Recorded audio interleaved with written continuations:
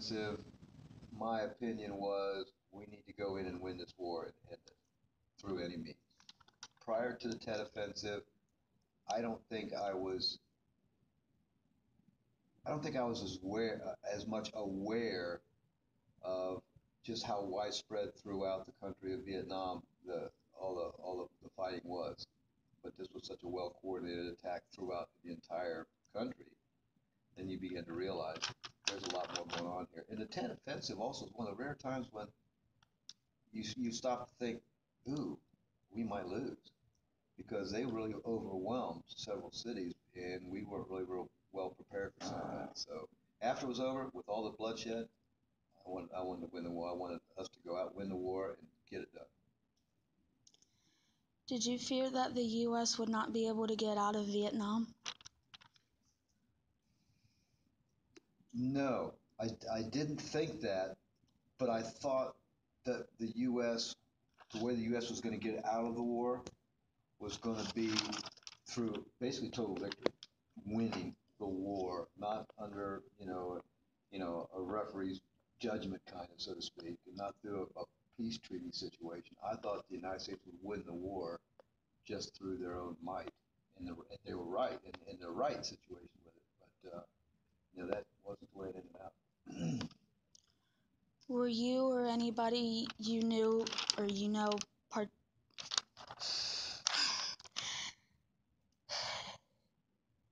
Were you or anybody that you knew participated in any of the protest riots?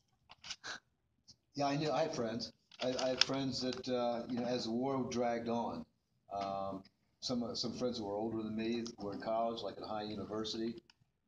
When OU got closed down, that was I had friends that were at High University there, and they were, as much as they were trying not to be part of the protest, it was hard to stay completely out of it, because at that time the unrest on the college campuses was really rampant, and a lot of it wasn't as much the college students as there were a lot of professional protesters out there across the country. That's what they did. They went from campus to campus and stirred up unrest and caused issues. And eventually, High University, I think it's the only time in the history of High University that was actually closed down during the school year. So the answer to that is yes. I didn't know. Did I? No. Did you ever watch or read anything about Vietnam on TV or the paper? Every night. Every night. And I wasn't the exception.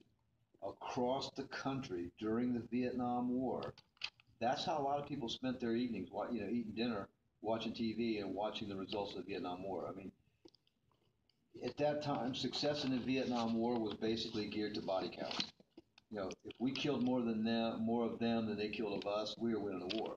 And every night on TV, you would see footage. There was reporters that were embedded in battalions and platoons in Vietnam, and they were sending back pictures. A lot of it, we sat around, and back then it was all black and white TVs usually. But you saw the grainy footage coming out and the violence that was there. But it was every night, every night.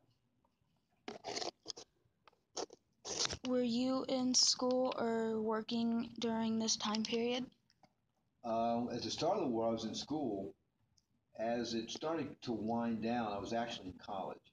But I was still concerned about the draft. I was still concerned about the lottery. I was still in that mindset that, when they posted the lottery numbers, we vacated the lunch hall in college to see where our number was, and posted on the student union, just because the draft was still in effect, and there was still strong potential, although the war was winding down. There was still potential you could be in Vietnam, and yeah, it was a rough period mentally. What was your attitude toward America getting involved in Vietnam? Well, that's a political football. I mean, you can make a lot of friends, you can make a lot of enemies answering questions like that. But I was one of these that, having come from a family of World War II veterans, where the U.S. is right. If we're involved in a war, we've got to be right. You never questioned, the involvement in a military conflict, because it's the United States of America. We don't just pick fights, but we will go in and protect people's rights.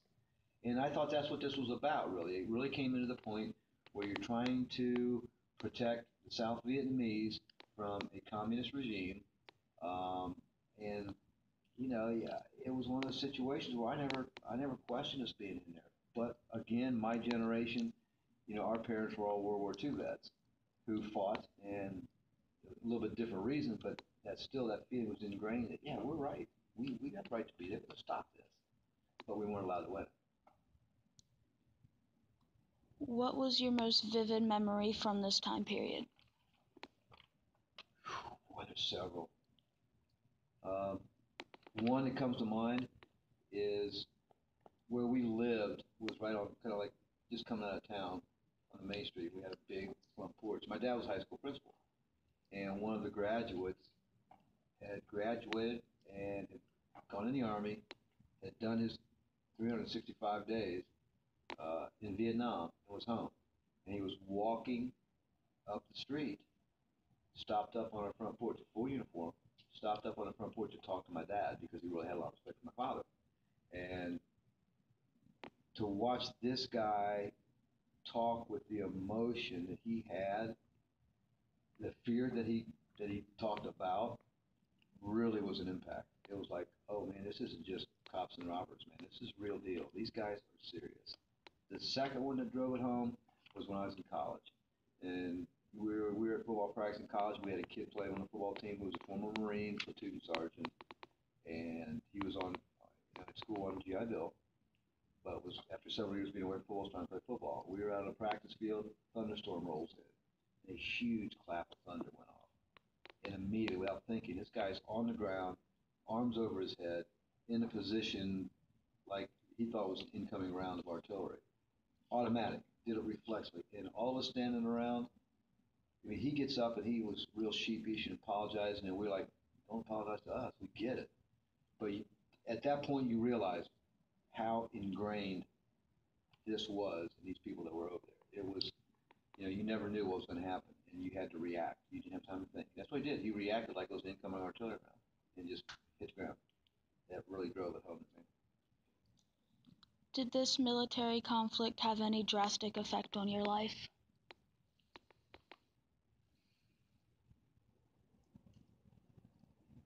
As far as directly affecting my life, I don't. At face value, probably not.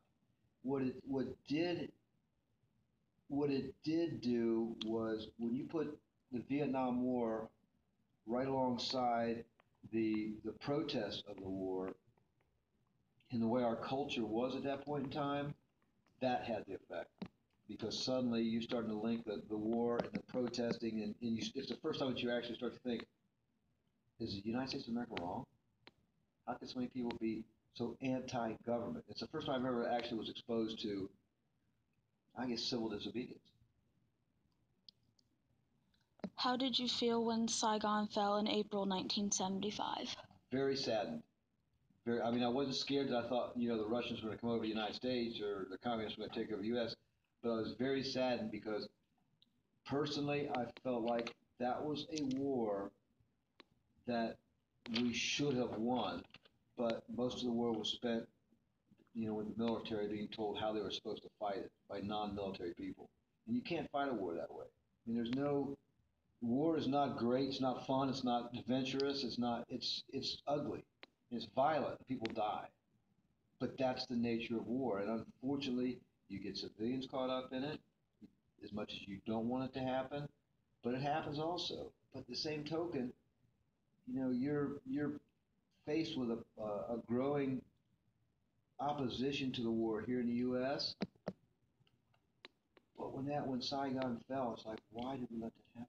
Why didn't we just win the war and bomb Saigon and Hanoi and the Vietnamese into non-existence? I wanted us to win it at any cost. So, did you fear communism spreading to the U.S. at all? I was too naive. I mean, even at the age of 15, 16, 17 years old or whatever, I didn't think that our way of life would ever change. I didn't ever worry about the communists coming in. I figured, no matter what, we're going to be okay. And now, understand, I mean, I went to elementary school in the time when you had, atomic bomb drills where you went in the bomb shelters at school and, hid under your desk and your arms over your head, where there was actually a real threat that, somebody was going to drop a hydrogen bomb or an atom bomb on us.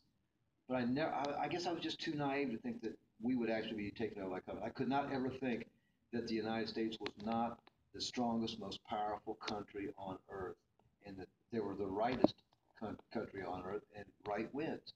I mean, that's just what I felt about it.